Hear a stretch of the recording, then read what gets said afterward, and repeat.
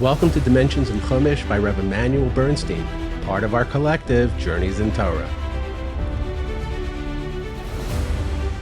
Welcome to Dimensions in Chumash. I'm Steve Geller. My friends, prepare yourself for two famous concepts in Judaism that you've all heard before to be colored in with amazing details that will blow your mind. Let's jump right in. In our Parsha, do not follow the majority to do evil. Do not respond with your opinion. In a dispute, to lean to one side, achrei rabim lahatos. Incline the matter after the majority. Parshas Mishpatim introduces us to the world of Torah laws between people. The Beis Din is the center of this world. Their job is to determine which party is guilty in any given dispute and then administer the appropriate justice. One of the bedrock principles for deciding Torah law is expressed in our pasuk. In the event that the judges of a Beis Din are not all in agreement as to what the ruling should be regarding a particular question, the Torah states that they should rule in accordance with the majority opinion among the judges. And we can ask, why is this so? On the one hand, the judges have to do something. It's not practical to hold off on the ruling on any case unless all judges unanimously agree. But on the other hand, there's still room to consider the significance of this principle and its implications regarding the outvoted minority opinion. It's definitely not impossible that the minority opinion is the correct one. But in our journey to answer this question, we will learn the very meaning of the concept that we call halacha, Torah law. There's two possible ways to respond to the above question. The Torah could simply be endorsing the idea that the majority is more likely to arrive at the correct conclusion, and therefore it should be followed. According to this approach, there does exist the possibility that the actual halacha was arrived at by the minority. Nevertheless, as a rule, the truth will more likely rest with the majority, and therefore their opinion is to be followed in all cases. It's also possible that in telling us to follow the majority, the Torah is defining for us what halacha is. Halacha, Torah law, is by definition the conclusion of the majority of qualified judges on a Beis Din. Halacha literally translates as going. The way that Hashem wants us to go in life is in accordance with what the majority of Beis Din decides. This second approach would appear to be corroborated by the fact that we follow the majority even in a case where we are informed of the correct decision directly from heaven. This very situation is famously described in the dispute between Rabbi Eliezer and the sages regarding whether a certain oven was susceptible to receiving ritual contamination or not. Initially, Rabbi Eliezer advances all the arguments for his position, but these were not accepted by the sages. At that stage, Rabbi Eliezer called for all sorts of miracles to demonstrate his opinion was correct, all of which were ignored by the sages. He then said to them, "If the halacha is like me, let them prove it from heaven." A heavenly voice, a bas call, issued forth and said, "Why do you take issue with Rabbi Eliezer, whom the halacha follows in all places?" Rabbi Yehoshua stood up on his feet and said, "Lo bashamayim he." It, the Torah, is not in heaven. What is the meaning of lo bashamayim he? It's not in heaven. Rabbi Yirmiyah said, for the Torah has already been given from Sinai. We do not pay attention to a bas call, for you, Hashem, have already written in the Torah at Har Sinai, the matter shall be inclined toward the majority. With these three words, lo bashamayim he, Rabbi Yehoshua encapsulated the halacha's attitude toward heavenly intervention in matters of halacha. The arena of halachic discussion is solely in the earthly Beis Din, and the tools for deciding the halacha are those that were handed down to the judges along with the Torah at Sinai. And when we are in disagreement, we do what the Torah itself says to do. We follow the majority. The Rambam, in his introduction to his commentary in the Mishnah, phrases the matter this way: and know that prophecy influences neither the explanations of the Torah nor the deriving of the details of its commandments through the principles of exegetical derivation.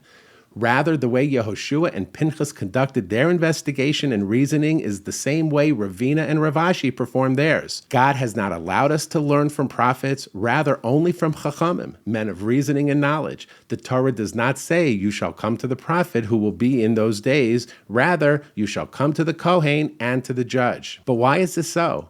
How can we assume that a bas kol, a voice emanating from heaven, does not represent the ultimate truth? Because if that's the case, how can we ignore it?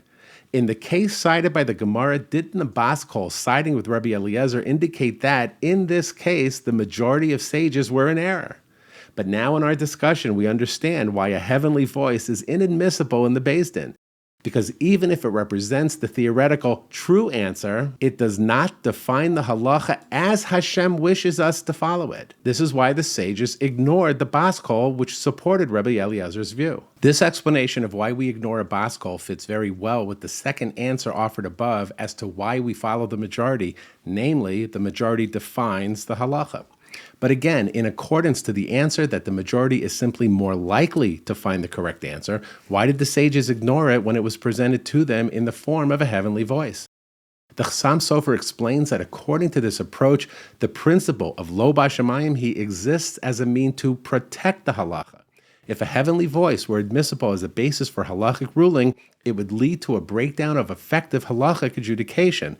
Any person would simply say that his ruling is based on a heavenly voice, thereby placing it beyond any potential investigation or refutation.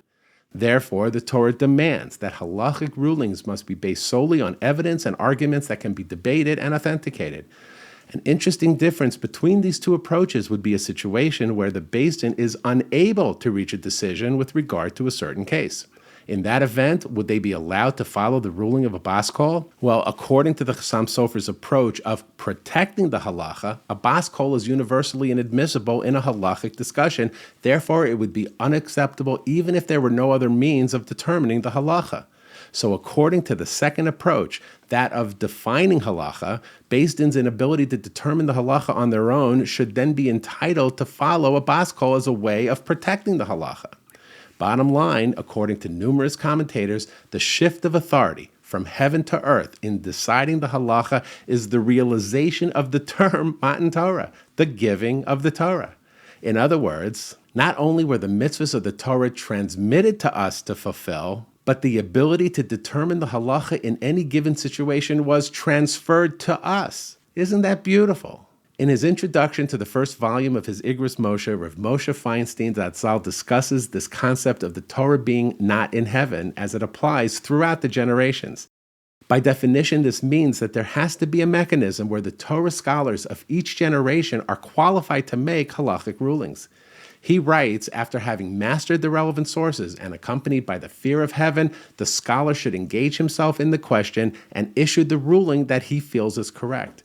And while it's possible that his ruling is in error, the Torah is lo b'shamayim he. It's not in heaven, and he has acted properly in delivering the answer which he believes to be correct. With all this in mind, Rav Moshe refers to the Gemara in Menachos, which relates that when Moshe ascended the mountain to receive the Torah, he found Hashem attaching vertical lines or crowns to the tops of certain letters. When Moshe asked about the purpose of these crowns, Hashem responded that in the future, Rabbi Akiva would expound halachas from them. Why are these lines above the letters called crowns?